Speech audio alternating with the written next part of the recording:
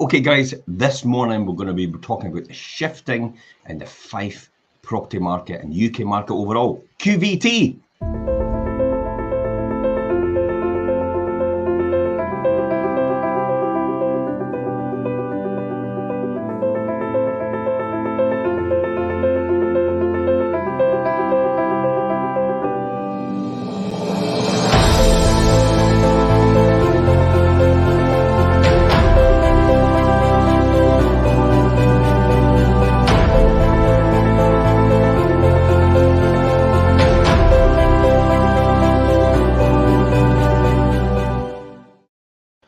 Okay, so good morning, everybody. This is the Fife Property Show this morning, on a Sunday morning. Good morning, Andrea. How are you? Good morning, Jim. I'm fine, thank you. I hope you've had a Great good stuff. Father's Day so far. Yep, we're going to be talking about something quite important today. We're going to be talking about the shifting in the Fife property market. There is no doubt the Fife property market is on the verge of a tipping point. Let me be clear about that. So we're going to be talking about the 2 reasons for the shift, the 3 reasons of the signs for the shift, and we're going to be talking about interest rates and inflation and how that will affect the property market in general. Okay, so we've established that we're on the verge of the tipping point with the Fife property market. The rate of house price growth has started to ease with a reduction in the number of properties that will sell in the coming 12 to 18 months. Yep, the number of properties selling will actually start to reduce. Yet the rising interest rates and the cost of living issues won't knock everybody out of the property market. And there shouldn't be, now clear, and let me be clear about this, there shouldn't be a housing bubble for 2 vital reasons. I'm going to be talking about this. Andrea, what's your gut reaction on so far on all this? Gut reaction is probably people are saying, oh no, not again. They're talking about the property market's going to crash and it's, why do they keep saying it? There's a lot of doom and gloom, but I think it's really important to keep an eye on what's happening because it does affect everybody. Yeah, absolutely. I mean, you hear it every single time now. If you say it so many times, and I keep saying a lot of these doom mongers, all these so-called gurus, they've been saying it for the last 5 years. The property market's going to crash. Property market's going to crash. Property market. Well, at some point in time, you're possibly going to be right. And then they'll go, I knew I was right. And I went, wait a minute, you started 5 years ago saying this. So, where is the data to suggest that is? Now, every single time I've heard this from someone where they've actually said it, I've actually asked them to substantiate with the data, and they've gone quiet, like tumbleweed across the savannah. and you can just hear silence completely. It's like they've got no data to back this up at all. It's just like, oh, we think that's going to be the case, or we've listened to another guru who says the property market's going to crash, so we thought we would take part in it and actually be lemons and actually go on board with them. So this is all about looking at the data behind the figures and actually looking to see where the signs are of the 2 reasons for the shift and the 3 reasons behind the site of the shift, and also the interest rate and inflation and how that will affect the property market overall in the UK. I mean, we talk about Fife quite a lot because obviously it's the Fife Property Show. But the key here is all the data and everything else is like extrapolated, and you can actually use that for the part of the UK and the UK property market itself, because we're kind of merging that into it as well, because overall the policy for interest rates and inflation is UK wide. It's not just localized to the Fife property market, but it does have an impact on our market itself in Fife. I mean, let's be honest, it's on the cup of the tipping point. At the tipping point, it's a tipping point that will influence house prices, the number of properties available to buy, demand for those 5 properties, and the lives of every homeowner and property owning buy-to-let landlords as well. This is quite an important one in Fife. This shift in the Fife property market is a big deal. So we're going to explain this. Andrea, kind of what are we looking at in terms of the 2 vital reasons? What is one of the vital reasons for the shift in the Fife property market? Well, first of all, we've had an easygoing Fife property market goldmine for the past couple of years. It has been really, anyway. It was almost at the point where we could just say to ourselves, well, we'll just put our house in the market and it'll sell anyway. And I keep saying to people, yeah, it will sell anyway, but it's the price that it sells for is the most important point. And that could end up losing thousands in the end result with picking the wrong agent. That's just another story. That's another show entirely, isn't it? Yeah. I mean, that bonanza on the Fife property market for the house sellers, it was primarily fueled by cheap money. Yeah. It is receding, and the scales are starting to tip a bit more in favour towards the Fife buyers, which is not a bad thing either. But we will hit on that later, won't we? It's not a bad thing, but really, you know, when we say it's tipping to the buyers, it's not tipping significantly. It's not really the days of where it was a complete buyer's market, is it? No, I mean, there are still bargains to be got out there if you know what you're looking for. But, you know, I think mainly at the moment it's still a seller's market. Yeah. So secondly, more significantly, this shift in the Fife property market is not a collapse, remember. So let me enlighten you as to why that is. One of the key influencing factors in the property market is that people pay on what people pay on their mortgages. Now, the higher the mortgage interest rate, the higher the mortgage payments. I mean, that goes to stand, really. The higher mortgage interest rate, higher mortgage payments. Mortgage interest rates are usually 1 to 2% higher than the Bank of England base rates. Therefore, mortgage rates are increasing on the back of Bank of England interest rates. So just to get your head around this and give you a wee bit of thought about this, whilst we've seen rate rises 4 times over the last year, I mean, that sounds quite a frightening prospect, doesn't it, Andrea? The rate rises 4 times. But the reality is the Bank of England base rate only stood at 1% of these 4 times. And it has gone up again. But compare that with the Bank of England base rates in the 1980s, where the average rate was 12.63%. That's the base rate. That's eye-watering. I remember those days, by the way. So do I. Your mortgage rate's gone up to 15% this month. Sorry. Elaine, send the sausages back to the butcher. We're not having sausages, we're just having beans and chips this week. You can't afford the fuel anyway to cook them. I mean, we can laugh about it now, but at that time it was no joke, really, wasn't it? You know, it was literally to the point where you were actually, I really can't afford to go out the night, and I can't afford to do anything. I just need to sit in the house.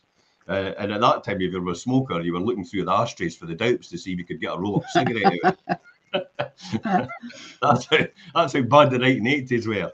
The 1990s, when the average base rate in the 1990s was 8.8%. And in the 2000s, the average base rate was 4.7%. So these are high base rates, together with high unemployment. That's a key factor as well. Contributed to the woes of the UK property market crash in the early 1990s and in 2008. High unemployment. We do not have high unemployment. If anything, we've got more jobs than we have people looking for jobs. There's 1.3 million jobs out there, and there's only 1.1 million people on the register looking to fill these positions. We have a complete undersupply of people available to fill these jobs. That is a completely different dilemma, isn't it? Well, it certainly is. And if there's people out there that are not looking for jobs, it means they must be in employment. Therefore, they're earning and they're spending. So that all helps the economy. It is. And we're going to talk about inflation and interest rates and how that will affect later on. And I've got something to say about that, because it seems that the Bank of England thinks that they're going to fix inflation by increasing interest rates. But I'll tell you at the end of this, you better think again.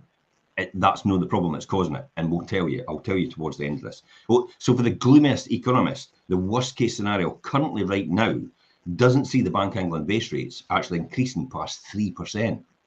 That's significantly less than what it was in these 3 other periods, in the 80s and the 90s and the 2000s. So we don't even see that happening. So what does that mean for us?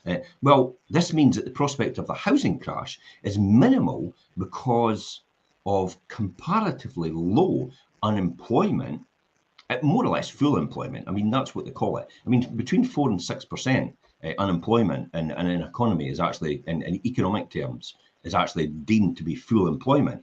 And we're actually sitting at about 3.5% or thereabouts. So, I mean, we're even below what is considered to be full employment in an economy.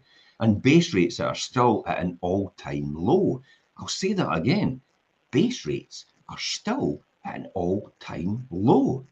What you hear on the news is complete fallacy, and it's all designed to keep you watching the news. Because they're selling adverts on STV, aren't they? They have to sell adverts, they have to get viewers, so they have to think about things in order to get you to watch it. That's the whole point of the news and how they do things. Just like newspapers have to get you to buy the newspaper, so they just give you doom and gloom, and you give all the negative stuff. So because that's what we love to read about. It's an inherent thing and built into us. We're hardwired into us. So that's how that works. So here's the 3 signs. What are the 3 signs anyway, Andrea? No, what are the signs of the shift in the Fife property market? You know, the statistics show a slight shift in the scales between, say, a 100% sellers market for the last 2 years to more of a, and this is what I talk about it's not really a buyer's market. It's like an 80% sellers market, and it's a 20% buyer's market. And what is the reason why for that? What is the first reason behind that then? Well, in Fife, the number of houses for sale has grown by 17% in 6 months. That's quite a lot, eh?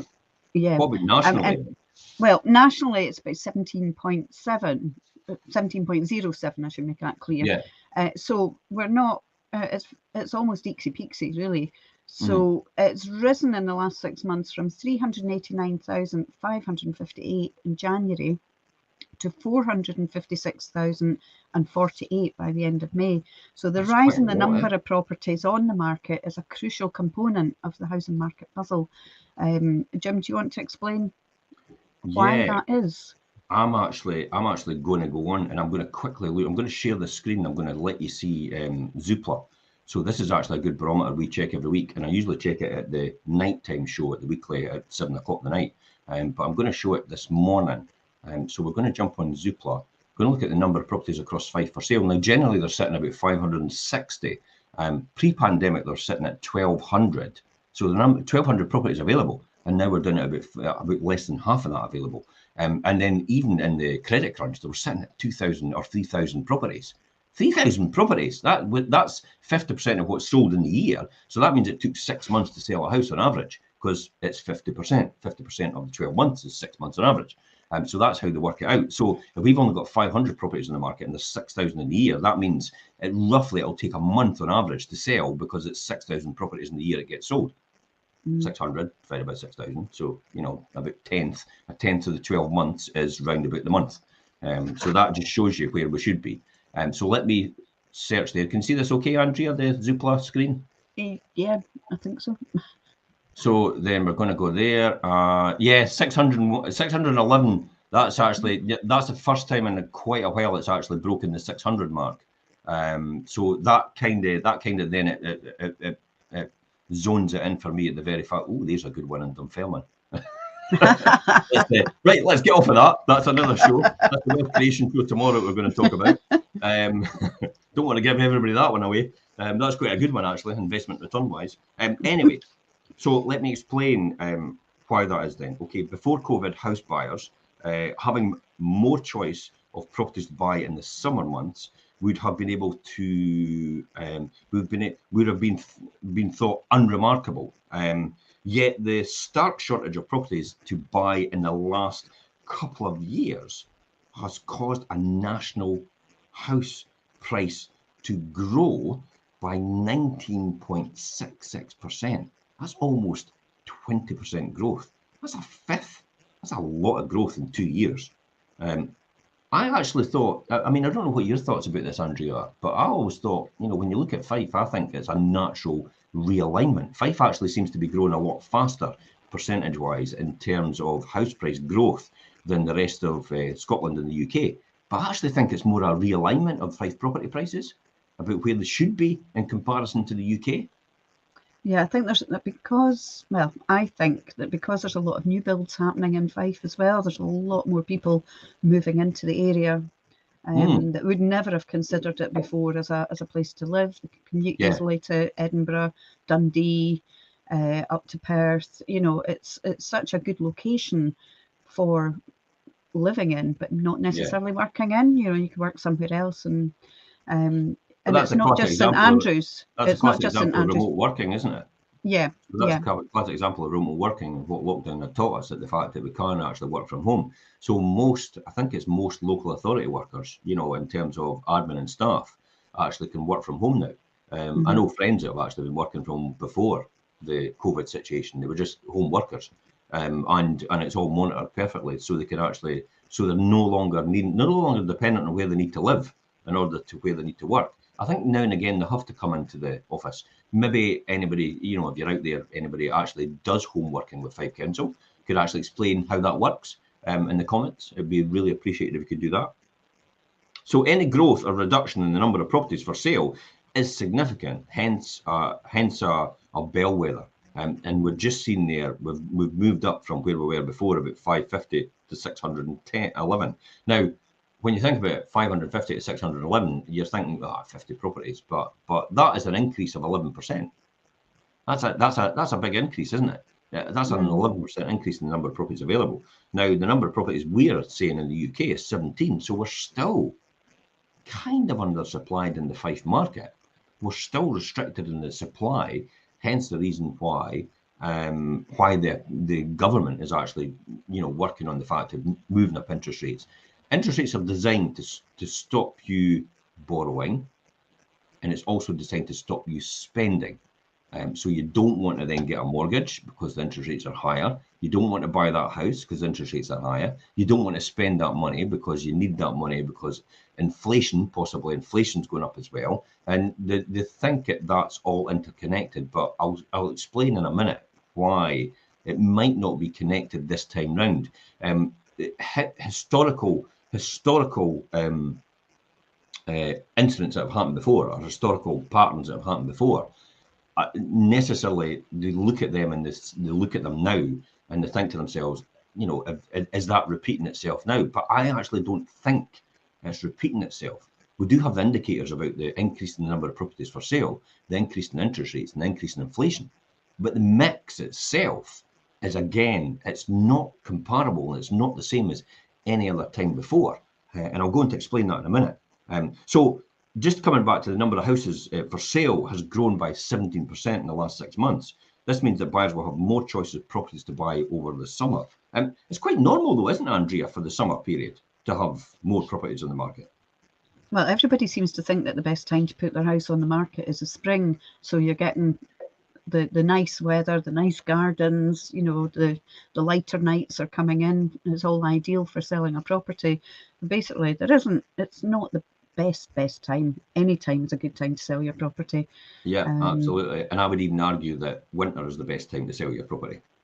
And if anybody wants to ask me why, I'll tell them, but I'm not going to tell you in this show. You can ask me individually, or we'll look at another show before, or we'll do another show later on. But the winter period is actually the best time to sell. And you know, it's like what you say though, any time's the best time to sell if it's right for you.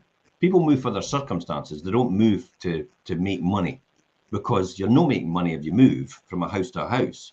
Because unless you've actually bought it at a knockdown bargain and you've done all the work to it and you'll release the capital to actually go and buy a bigger house, you would increase your wealth if that's the case, but you're not actually really making money until it's actually realised and the asset's been sold. So you don't actually make money till it's been sold. You only increase your net value and your worth and your wealth. That's all you're doing. So when you're moving in your own house and you're doing it up as you go and you're adding significant value because you're doing some of the stuff yourself. Classic example is I get a lot of joiners and builders. So I go to visit them. And then when they're asking me about their, you know, I says, well, you know, kind of, when did you buy it? Oh, I bought it a couple of years ago. So how much have you spent on it in the last couple of years? And then they go, well, we've probably spent about 40 grand on improvements, but we've done a lot of the work ourselves. Okay, let's look at what you've done yourself, and then we'll go through all that as well, because it's like the classic example is you take their house value, they take what they've spent on it, you take the indexation of the price increase, and then you get to a number, you get to a figure, and then you look at that figure and think, is that comparable against other properties that are actually sold in similar types of properties right now on the market? And if it's not, then you have to look at other factors. If it is, then you've kind of got a right idea. But then you'd also look at some of the other ones that have actually sold before to actually come and line that. And that's how the valuation process is done. So then the classic example of that is then I ask them, right, okay, you spent 40 grand on it, But if you've done a lot of the work yourself and you're a builder or a joiner, how much would you have charged a client for that? And most of them come back and actually say, well, I've probably been 80 grand in improvements. I would have charged them. And I've got, okay, that then tells me it's the price of your property plus the 80 grand plus the indexation. And that should give me a comparable figure. And that's why sometimes it doesn't realign with the current market conditions. And then in that case, it almost realigns where it's the same value of the same property in similar types of areas for similar types of properties. And then it's like, okay, that is the valuation of your property. So you have added significant value. You've locked it in as a result of improvements you've done with your time and effort. That's how some people increase their wealth, moving from house to house over a period of time. One of the other things, so we talked about that one, about the signs of the shift in the Fife property market, Andrea, and the number of houses actually sold and grown by 17% in the last 6 months. Now, one of the other ones that I actually think is the number of properties sold in the UK has actually dropped by 11.4% year to date, 2022 versus 2021. So why do I think that's an indicator, or why do I think that's significant to know that data? Well, when I say sold is in the context, I mean, what I mean by that is the month the house price of the sale was agreed, and that's when the sold board goes up, not the completion, about when the keys are handed over. That's a more difficult number to track. It's easier to track like for like with the number of properties going on, because that data is kept by people like Rightmove and Zoopla, versus the number of properties that are actually sold and under offer. Because again, that data, that's the one that I do every single Sunday night at 7 o'clock, where I compare the two, one against the other, because they're comparative. If I was starting to compare what go over the line, then it would actually start taking into account how long it would take for somebody else to do the conveyancing, which might skew the figures overall, which might not be that comparable. So a direct comparison is the like for like, is that when it goes on, when it goes under offer or sold. That's a good one, actually. So when we look at the national number of properties sold on a month-by-month basis, things have started to shift since March. In February 2021, 111,648 properties were actually sold, subject to concluded missives. That's the under offer sold in the board, sold goes in the board. In the UK, so that's 111,000 ballpark, compared to 117,734 for the same month in 2022. So almost identical. I mean, there's a difference here about 6,000. Yet in March 2022, so 15.3. I tell you what, it takes you. This is a real tactic show this morning for a Sunday morning for people. In March 2022, saw 15.3% fewer houses sell in the UK than in March 2021. So that was 129,000, 130,000 in March 2022 compared to 153,000 in March 2021. So a lot less houses actually sold in comparative months year on year. And then in April 2022, we saw 20.6% fewer houses sold than in April 2021. That's 117,000 versus 148. So all doom and gloom? Well, no, not at all. Spring months in March and April of 2021 saw a rush of houses to be sold to beat the stamp duty holiday. That was a key factor in that indicator. Ending in June 2021, that was in England, and also we had just run out in April. And March and April's 2022 figures would obviously be lower because of that, because that doesn't have that into account. So there was a significant point that happened in the past in March and April 2021 compared to March and April 2022 right now. So it may seem on paper that these figures are out because of that, and you could easily translate that and say, oh, well, that could be. But remember, you have to look at the underlying facts of what happened before, and that was a key indicator that drove that number to the number of houses being sold last year. significantly more than what was doing now. The panic buying of March and April 2021 returned to normal levels by May 2021, meaning the number of houses sold in May 2022 it was only 4.3% lower than in 2021. See how that smoothed out there? So it all came back online. So that rush last year in March and April then smoothed out in May because it had now gone anyway.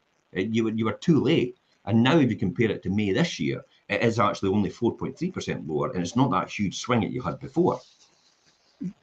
So I think that's quite an important one, isn't it? To take these into account, isn't it, Andrea? Yeah, I think we've noticed while we do the weekly stats for the Sunday night show that when you look at things on a week-to-week basis, it can look like, oh, suddenly there's going to be a crash or there's going to be such and such. But when you look at the figures for the whole month, it's evened itself out. So it just proves that the more minute scale that you examine things on, like if it was down to a day, you know, there would be a vast difference. But the wider you put the goalposts, it closes the gap in what the differences are. That's right, yeah. I mean, this is quite an interesting one. I'll give you a sneak peek of this tonight, just so people can actually see that, what we're going to look at, the numbers, because this is actually quite important. This is what we're talking about the two figures versus each other. Sales actually listed in the same week and then sold in the same week gives you an indication of supply and demand straight away. And that's that figure there. See that? That's for tonight. So you can see there 122 properties actually went on last week in Fife, and then 119 properties sold. So it's like for like. There is no, it's only, the only strong indicators you would see over a long period of time is where the number instructed were actually higher, a lot higher than the number actually sold, then would suggest it's moving significantly towards a buyer's market. And if the number sold was a lot higher than the number actually instructed, it would still indicate that we would have a seller's market. So this point I'm trying to emphasize here is we still have a seller's market, so to speak, and it's still that case. And that's borne out because we still do the pre-portals and we're still getting huge amount of inquiries. I mean, I put in and park on and I've been inundated, literally. Inundated, I like the pun. Yeah, in and park inundated. Yeah. Maybe that was a precursor. Maybe that was meant to be, yeah? In and park inundated with the number of inquiries. And yet that property is on at 550,000 offers over.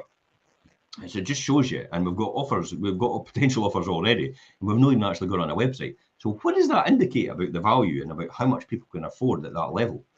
So I don't think there's a number of other things. We'll talk about interest rates in a minute and how that affects things and how inflation, because we're nearly there. What about the third one then, Andrea? What is the third one we need to take into account then? So basically the number of house price changes has increased by 69% since January. So in January this year, the number of house price changes was 27,063.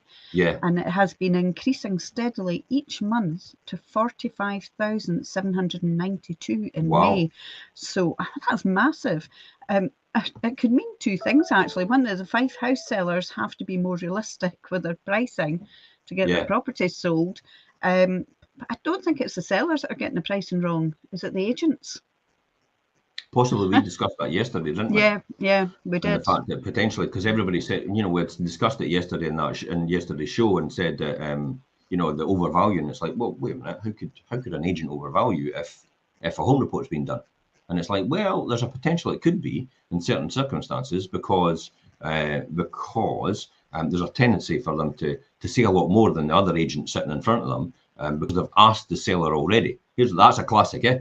So how much do you think it's worth? And then they go, oh, it's worth 200,000. Yeah, it could be. So what did the other agent say? And then they go, oh, well, the other agent says it's about 190. And then they go, yeah, well, I kind of think it's probably around about the 200,000 as well. Instantly added 10 grand on to the valuation. And the seller goes, yeah, you agree with me. I'm going to list with you. That's how it's done. And you don't see that coming as a seller because they know how to do that trick on you every single time. I see it every single time it happens. You get that all the time when people go, oh, they valued it a lot more, so I'm going with them. And it's like, oh my God, they've done that trick on them again. and so watch out for that as a seller when you've got people around, when you've got other agents around actually valuing your house. Watch out for that wee bit. I mean, you know, I will say that to people sometimes, but I actually have a figure written down anyway. So I say, look, you know, what did the other people say? And they go, oh, well, that's for me to know and for you to guess. And I went, and my first response to that is, we're not in a bloody competition, you can. Yeah. It's no blockbusters. It's like I'm not here for a game show. It's like I'm here to help you. I've got my figure written down here. You know, that's it. So I'll tell you my actual figure I've got written down here. I'm just wanting to see where your thoughts are and to see on where we are right now. And it's often sometimes because maybe somebody's completely overvalued it, and you've got to then say, how am I going to soften the blow that this is worth a lot less, and actually show you the evidence to because as soon as I say a figure and they've not told me the other figure and it's a lot higher, then they close off straight away and they don't want to listen to anything else you've got to say because they believe without a shadow of a doubt that the other person's right because that's all they want to hear. So you have to then soften the blow, and then you have to say, look, there is the comparable right in front of you there. That is the house next door it sold. It's exactly the same as yours. So 1 month before, so how on earth would you say that your house is worth 50,000 more? Where is the improvements to suggest that? Nowhere. So the other agent that you're talking to is talking shite. Excuse my It's like saying what it is. That's the reality. So we've talked about that. It means the Fife house sellers have to be more realistic with their pricing to get their properties sold. I mean, if you take all these things together, you can see that there are signs that the Fife property market is actually starting to shifting more into buyers, but not significantly more. Yet it's a long way from the traditional idea of what we call a buyer's market. I mean, these points can all be backed up by Fife house price data. Gone are the heady days of July 2021, when Fife house prices increased by 4.2% every single month. Last month, for example, Fife house prices only moved up by 0.1%. And the month before, they had actually dropped by 0.2%. Not all doom and gloom when you consider, though, that Fife house prices in the last year on year, have still moved up 13.1%. That's a huge increase.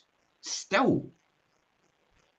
And it's still, the key here is, though, Fife house prices are more affordable than most places in the UK.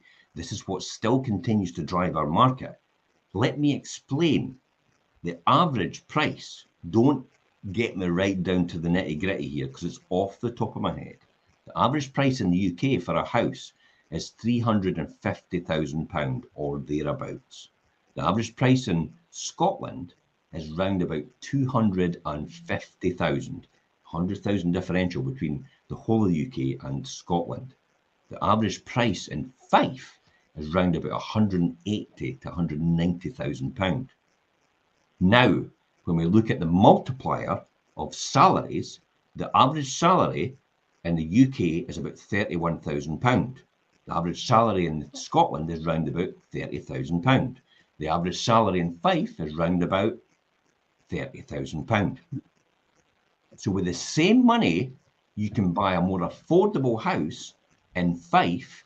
So why on earth do you continue to work in Glasgow and Edinburgh and live there if you can work remotely anywhere else in the world at a more affordable level in God's country? There's a saying called more bang for your buck. It is absolutely. Yeah. And that's why Fife house prices will still continue to be very affordable. That's why you see the exponential growth in the terms of the flats market and the apartments market in Fife itself. Why our flats and apartments have gone from an average price point, and even look at the Leadmouth area, 55,000 a couple of years ago, and now they're going for 70, 80 and possibly even 90,000 now. They've almost doubled in about 2 or 3 years for the flats and apartments. But even pre-pandemic, they were, and no pre-pandemic, even the credit crunch, they were sitting at 70 and 80,000 anyway.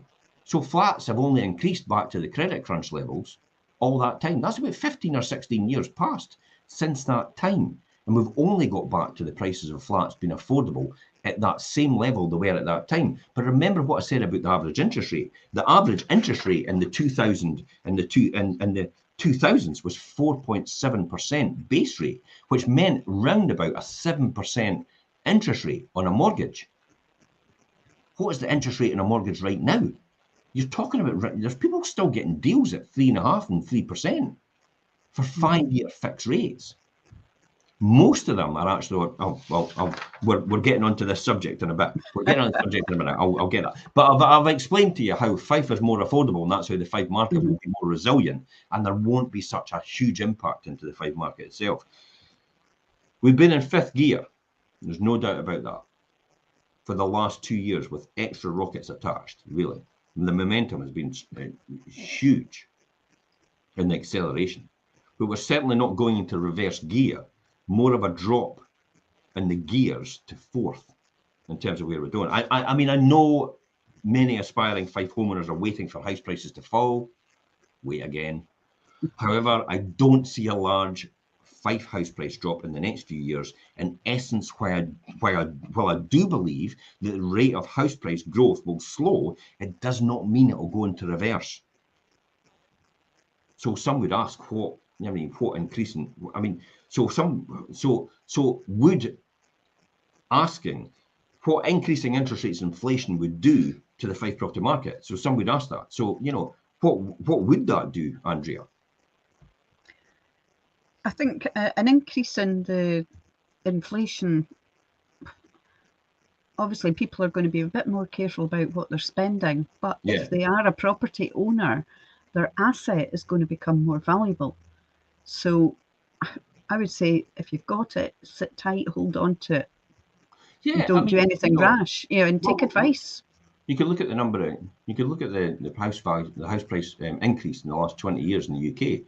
It's been 170%. You could look at the last 20 years for inflation. The Bank of England's inflation calculator is on their website, and it's actually been 70%. So overall, house prices have actually outperformed inflation by 100% in the last 20 years. So what does that tell you? Property investment is probably the best vehicle you could ever be in. Literally pays you to wait while the value goes up. But that's not what we're talking about here. We're talking about buyers and sellers. I've already discussed in several recent articles in our property shows. If interest rates don't go above 3.5 and 4%, this will not be a game changer issue for the Fife property market. Most homeowners are on reasonably long-term fixed rate mortgages, typically 5 years plus. I mean, the majority, about 80 or 90%. I mean, how many people in the whole of Fife? I remember doing a show maybe about 6 months ago. There was only about 11,000 homeowners on a variable rate mortgage. All the rest of them were on fixed rate mortgages. And if more and more people, and mortgage brokers are actually said at that time, there's about 90% of people going for fixed rate mortgages every single time. This is why increasing interest rates isn't going to do a job for people buying houses. No. Because the reality is, and it's not going to take any more money out of the average person's pocket on a mortgage anyway, because they've got fixed rate mortgages. They're fixed for 3 and 4 and 5 years. Some are fixed for 10 years. So how would that affect them?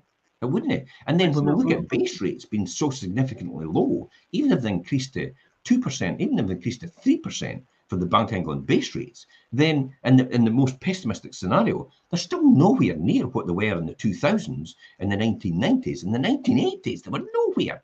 They're minuscule compared to the 1980s in terms of where we are. Different levels, different economies. But then as well, when we take unemployment into account, all these periods had high unemployment. Admittedly, the 2000s was really good. They had high employment levels at that time when that crash happened. But that was because of subprime mortgages and actually selling toxic debt to banks. And that made it unaffordable. And that's why everybody ran for the hills. And there was a rush on the banks, which caused the credit crunch because the bank's liquidity was compromised. The bank's liquidity has been tested. There's been mechanisms in place since 2014 about stress testing, and everybody's mortgages actually been stress tested around about 5 and 6% in terms of the level. So they were all stress tested based on their current income about mortgages increasing to 5 and 6%. So that won't really have a huge impact on people in terms of the property market. It might have an impact on people borrowing. It might also encourage people to save, although, for most people, how can they save in this sort of market now when energy bills going up? But the key here is it won't be that effect it was before. And everybody's looking back to things like the credit crunch. They're looking back to the 1990s. They're looking back to the 1980s. And they're having a direct comparison. Most of the broadcasters are doing direct comparisons, and it can't be directly comparable because maybe the key indicators like unemployment and interest rates and inflation are used, but the mix of these statistics now is completely different.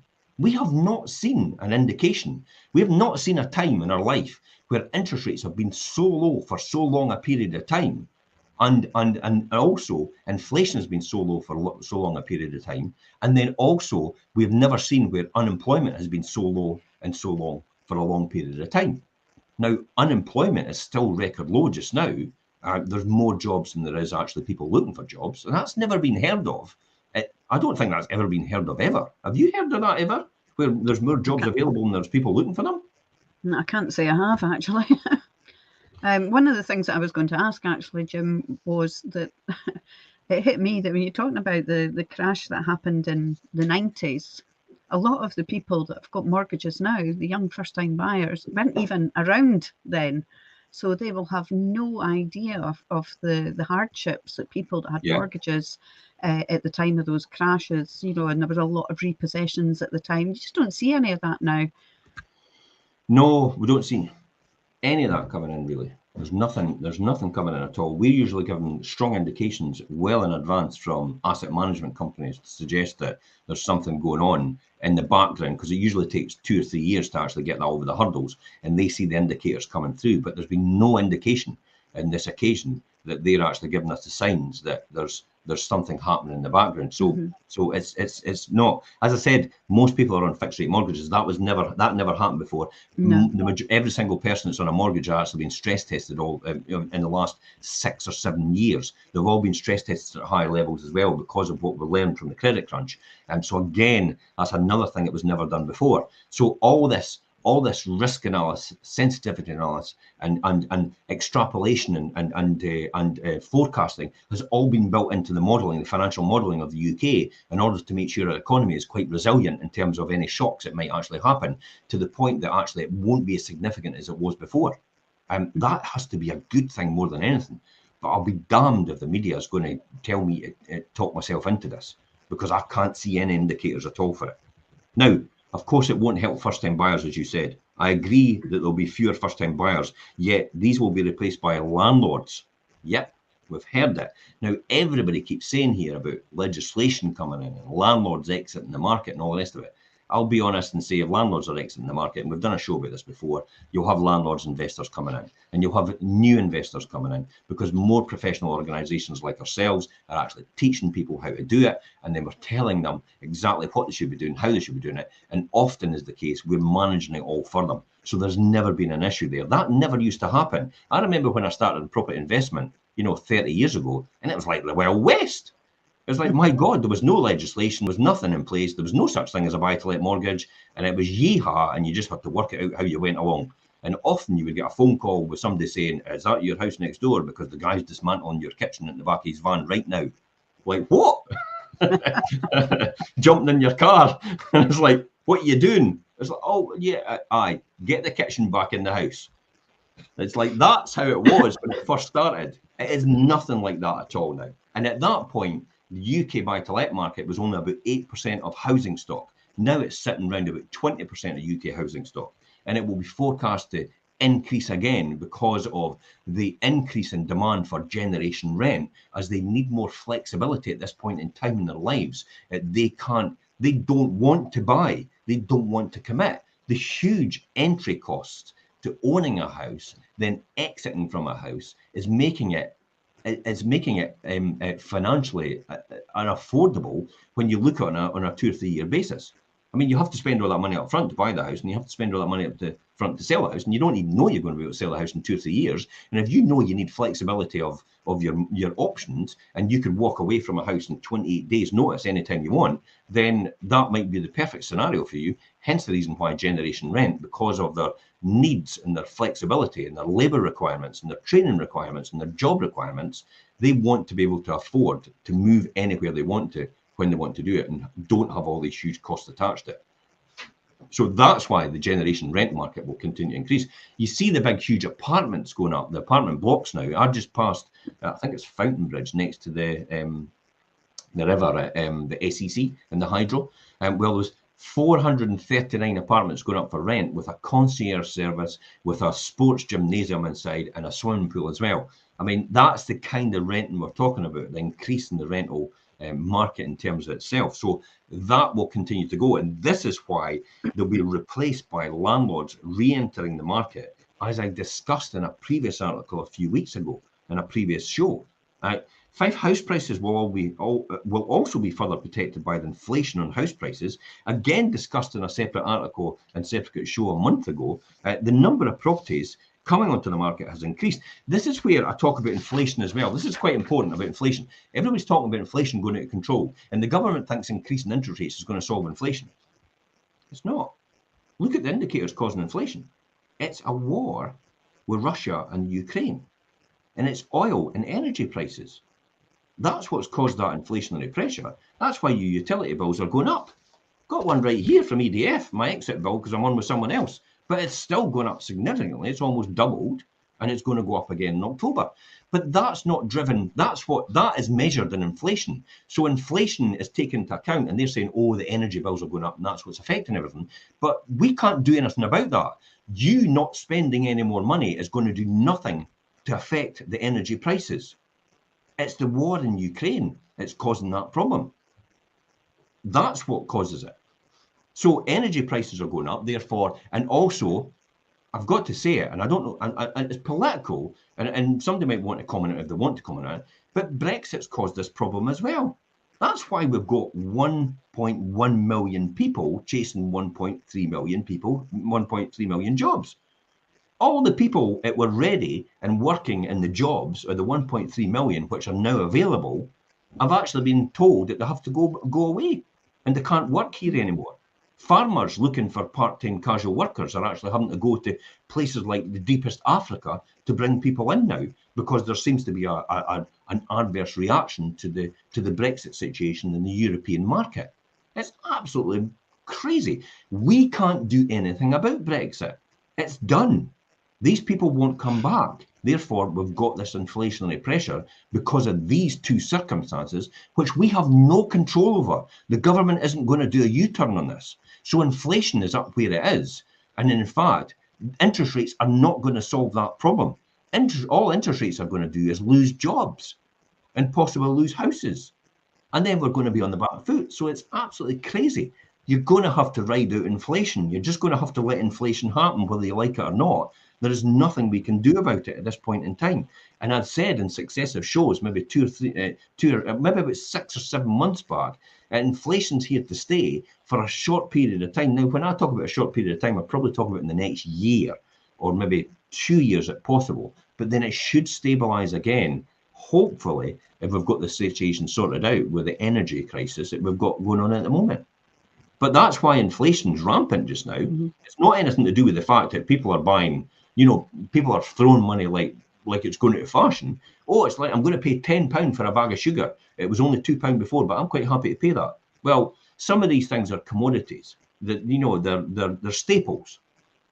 So a staple is things like wheat, grain, barley, potatoes, all these things that you need. They're staple foods in your diet.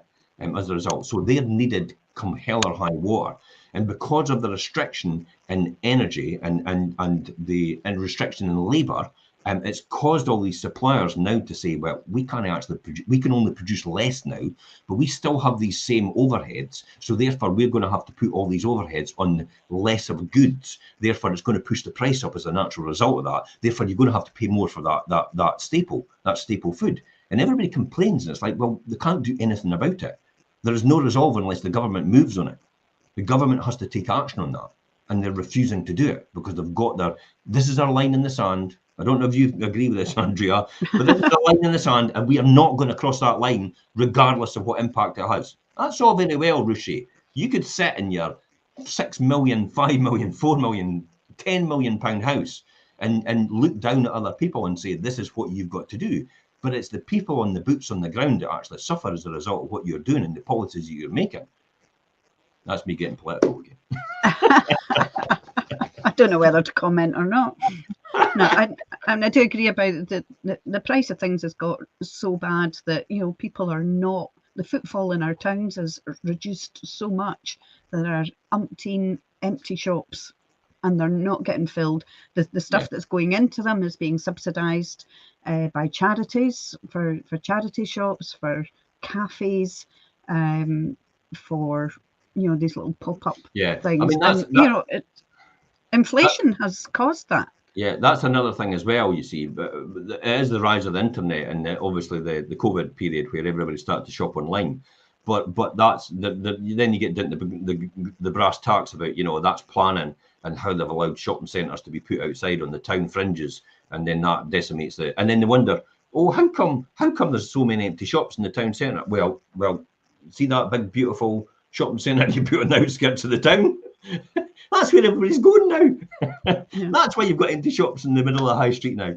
But high street, that's another story, and that's another debate. But high streets now should become an experience rather than actually a normal day-to-day routine. So people, cafes and bistros and restaurants and stuff like that. That's how high streets should evolve now. And I, for one, should suggest that the people that actually have the shop should be the owner occupiers. They should be the owner occupiers. That I'm not a big fan of having rentals, landlords of commercial properties now. I think, in terms of shops and retail, I think they should have owner occupiers, and potentially, like what they do in Spain and abroad as well, people actually live above their houses or next door to their premises as well. Again, that's another story, and that's another debate. So come back to the Fife house prices being protected. So Fife house prices will also further be protected. Here's the bit of an inflationary measure by inflation on house prices. Again, I discussed that, as I said before. The number of properties coming to the market has increased. The choice of properties to buy has expanded. This will encourage those potential cash home buyers who have also been waiting on the sidelines. This is the ones in rented accommodation, and also the landlords sitting waiting as well, to start viewing and making offers. I mean, they too have not wished to get into a bidding war, but patiently waited on the market to actually ease overall.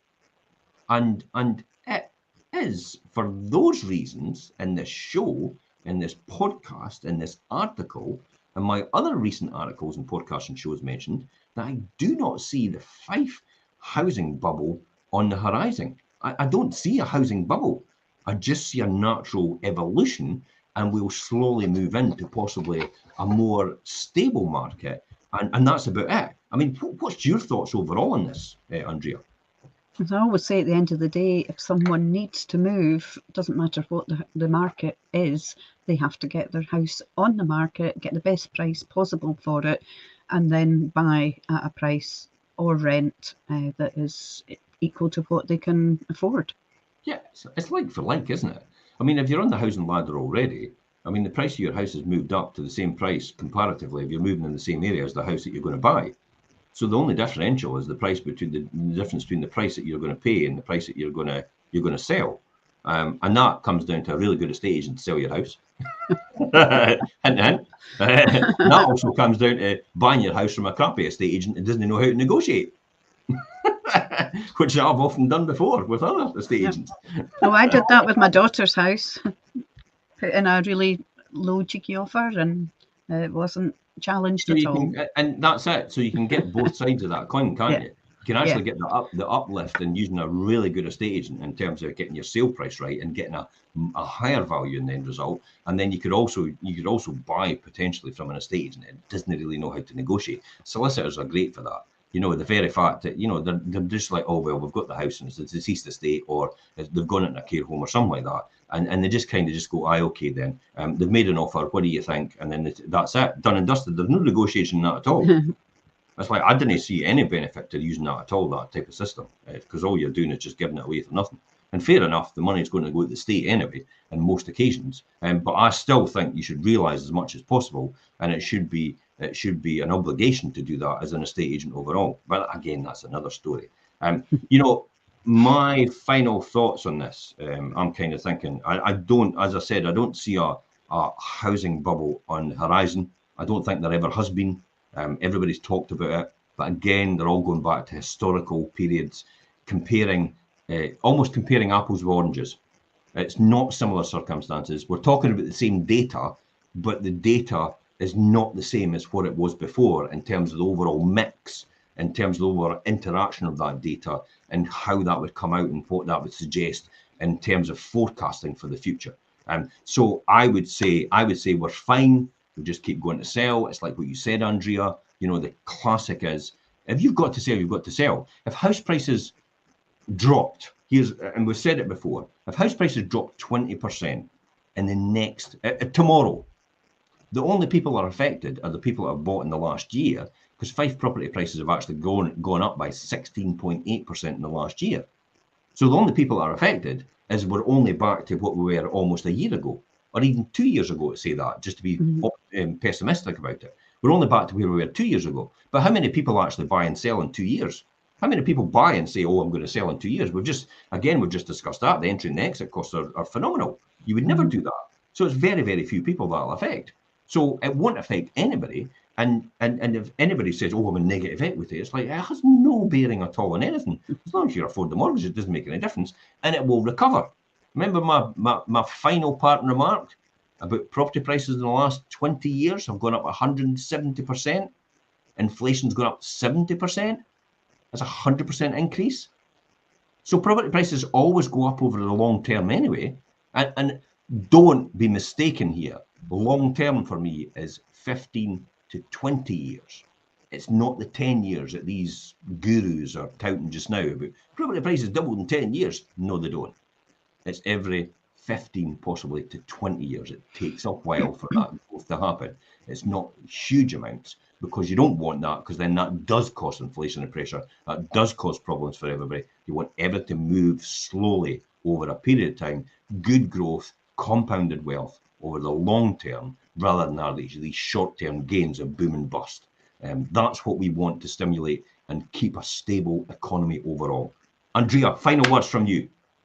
Well, I thought I had given you my final words. Yep. If anybody's in doubt about anything about what to do with their properties, come and have a chat with the professionals. Absolutely. You've nailed it on the head. Okay, that's it. Get the right advice from the right people at the right time. Start your journey early. Don't leave it till, oh, I've got to put my house in the market. What should I do now? Because there might be things you have to do way beforehand to get your ducks in a row. And until next time, guys, I will see you tonight on the Fife Property Roundup Show at 7 p.m. I will see people on the Wealth Creation Show tomorrow. We are going to be talking about how important yield is to buy-to-let investments and how it compounds wealth over a period of time at 12:30 live tomorrow on these channels as well. And until next time, guys, it's bye-bye from us. Bye-bye from her. And bye-bye from him. I see you've got the wrong way. No, it's the right way on my screen. Bye-bye.